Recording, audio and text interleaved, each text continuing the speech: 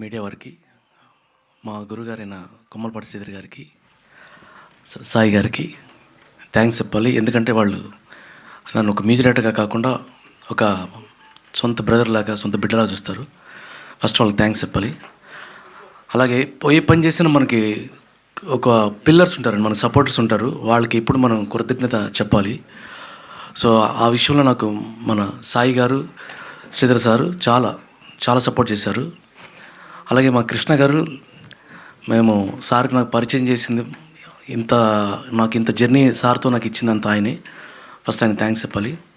అలాగే వీళ్ళు ప్రమోషనల్ టూర్లో ఉన్నప్పుడు ప్రదీప్ గారు, చిన్నాయుడు గారు, మేము రికార్డింగ్లో ఉన్నప్పుడు చాలా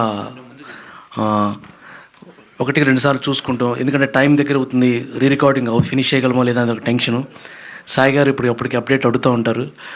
కానీ లాస్ట్లో ఒక్కసారి బాగా ఇదైపోయాం, అందించగలమా లేదనేది. అది సాయి గారు ఒకరోజు కూర్చొని లేదు అని ఫుల్ ధైర్యం చెప్పారు. అక్కడి నుంచి వర్క్ స్పీడ్ అయింది. First thanks sir. అలాగే నా టీం సార్, మ్యూజిక్లో నాకు వర్క్ చేసిన మా కీబోర్డ్ ప్లేయర్స్, మా లిరిసిస్టులు తిరుపతి గారు, అలాగే మా చెన్నై సింగర్ గోల్డ్ దేవరాజ్ గారికి, అలాగే ధనుంజయ్ గారికి, తర్వాత సమీర భారద్వాజ్ గారికి, సాయికి, హరిణికి, అందరికీ మనస్ఫూర్తిగా థ్యాంక్స్ చెప్తున్నాను. చక్కటి గాత్రాన్ని ఈ సినిమాకి అందించారు. డెఫినెట్గా మీ అందరికీ నచ్చుతుందని అనుకుంటున్నాను. ఇప్పటికి 2 సాంగ్స్ బయటకు వచ్చినాయి.